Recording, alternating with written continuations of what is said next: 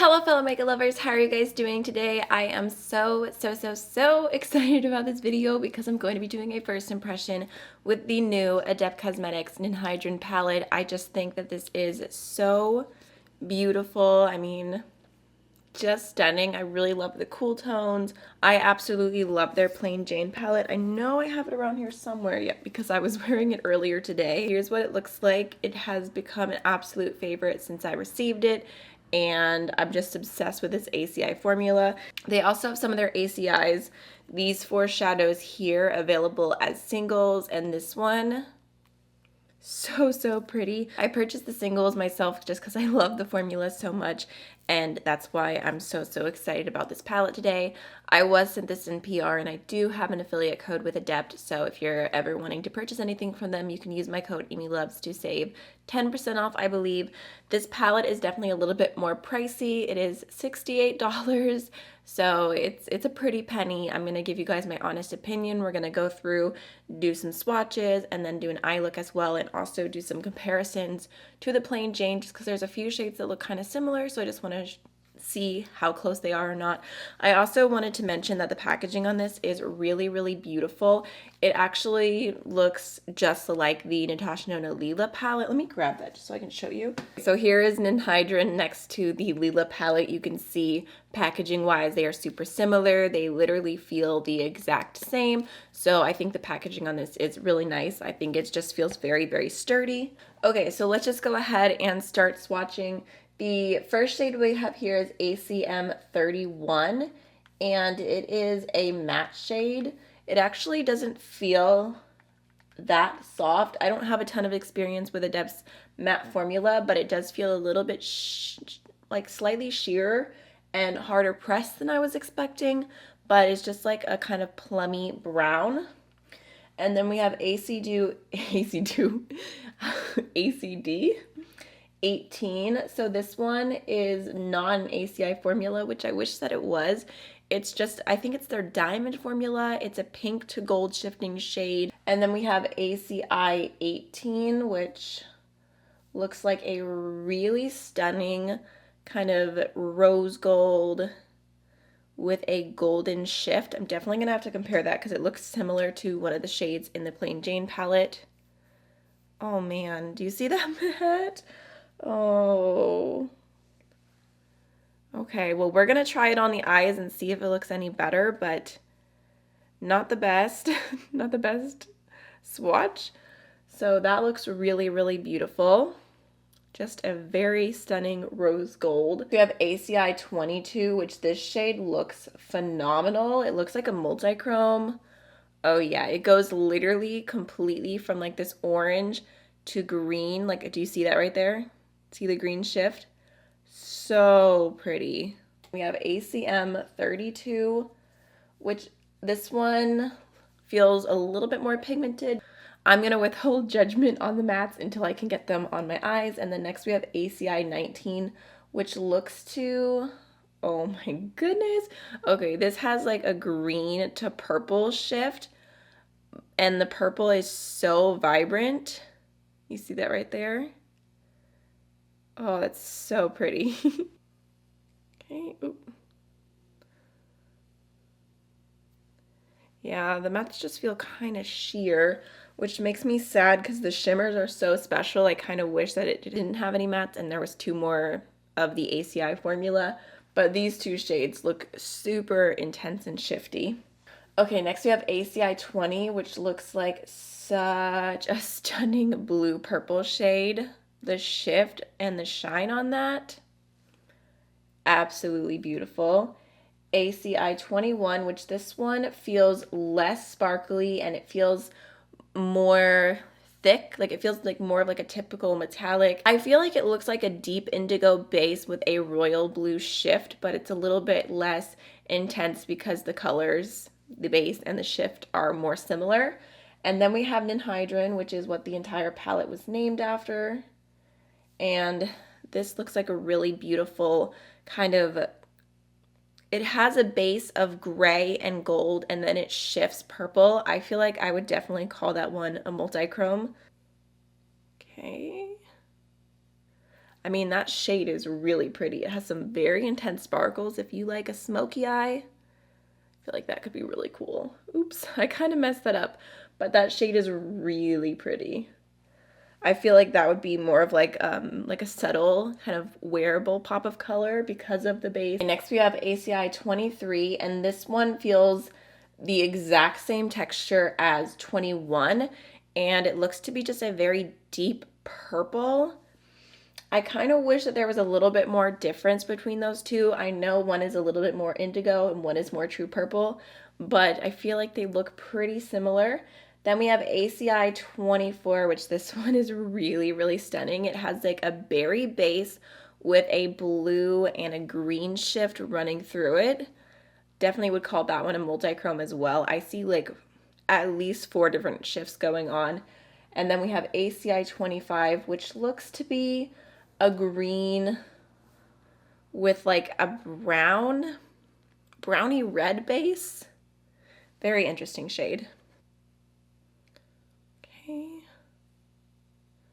So pretty. I feel like that one's gonna be my favorite shade in the palette. It's just so stunning. On first impression, I feel like there's some shades in this palette that I really, really like, but then there's also some that I'm kind of like take it or leave it, which makes it like a little bit harder to recommend with the price tag that it has, whereas like the Plain Jane palette, I'm like, I love every single shade except one is more of a like, but then all the rest are love.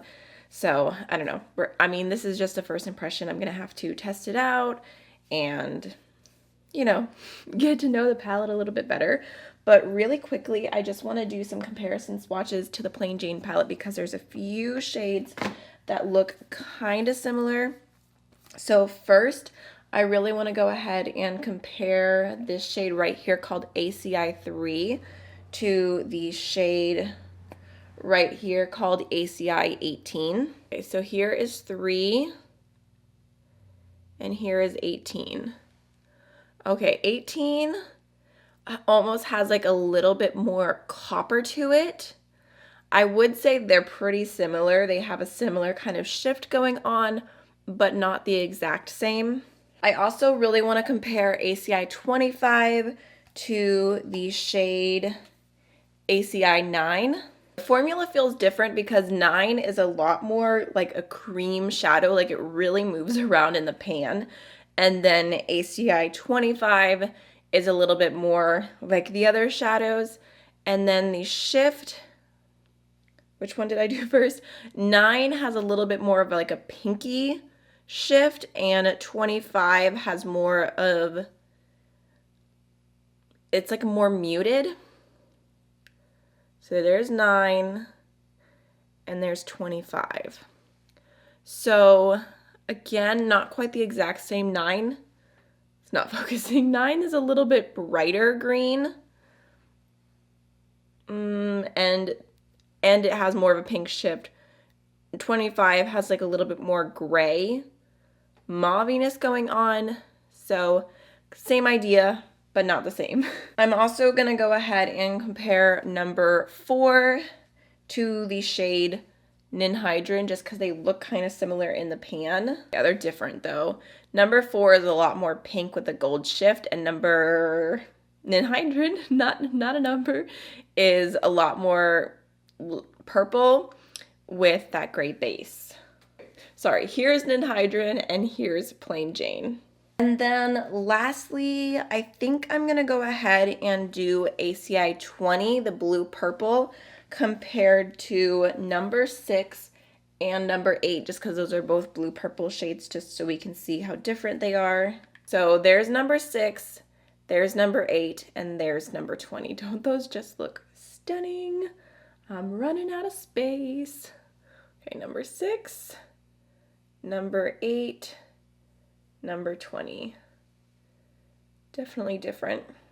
I feel like number 8, even though it has more of like a purple shift going on, it kind of reminds me of 24 a little bit, but 24 seems a lot deeper and a little bit less sheer, so I'm just gonna go ahead and swatch that underneath so you can see the difference. There's 8 and 24. So hopefully that's helpful. I mean, I feel like these two maybe could be a little bit more different, but overall I don't feel like there's repeats. Okay, so let's go ahead and do an eye look. Start out with some mattes. I think I'm gonna take this one right here, number 32, and I'm gonna put that through my crease using one of my favorite crease brushes, the E38 from Sigma, so I'm definitely giving it a little help. I'm just gonna go ahead and start that off through my crease.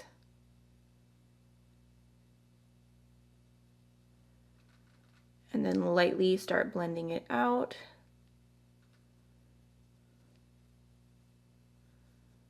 Okay, well, it's not applying skippy or anything. It's just, I wished it was a little bit more pigmented. But also it really could just be my personal preference because I like a shadow where I can just tap off the excess and go in. But this one is, I'll show you guys real quick what I'm doing is I feel like I have to like do this. Once I've built that up to my liking, I mean, I think it looks okay, but I don't foresee it being a favorite matte formula. I'm gonna go ahead and dip into the shade 31 with that same brush. And I'm gonna pop that on my outer V. Just to hopefully add a little bit of depth.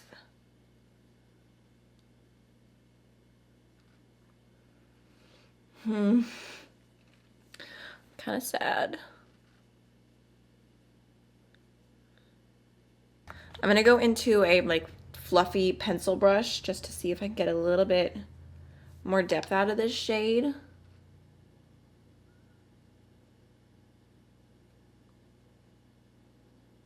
That helps a little bit. I'm just gonna go in my previous brush and blend out the edge. Okay, now is the really difficult part, which is when I have to decide what shimmer to go in with. I'm really tempted by this one right here, the 24, just because I think it looks so pretty. And I'm just gonna pick that up with my finger. Just gonna go ahead and pop that on the lid. Oh my goodness. Holy cow. Holy cow, that is so pretty. Where did holy cow even come from? Who started that? Oh my goodness, that is so pretty. I feel like some of the shades in the other palette are more sheer, but that one was super like opaque all over the lid and just, whew, that's stunning. I'm honestly shook. Definitely a standout shade. Just gonna go ahead and lightly tap that into the outer V.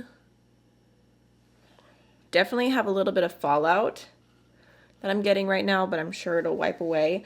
I kind of want to go into a little bit of 20 on top on the inner portion just to see what it does. Like just taking a tiny, tiny little bit.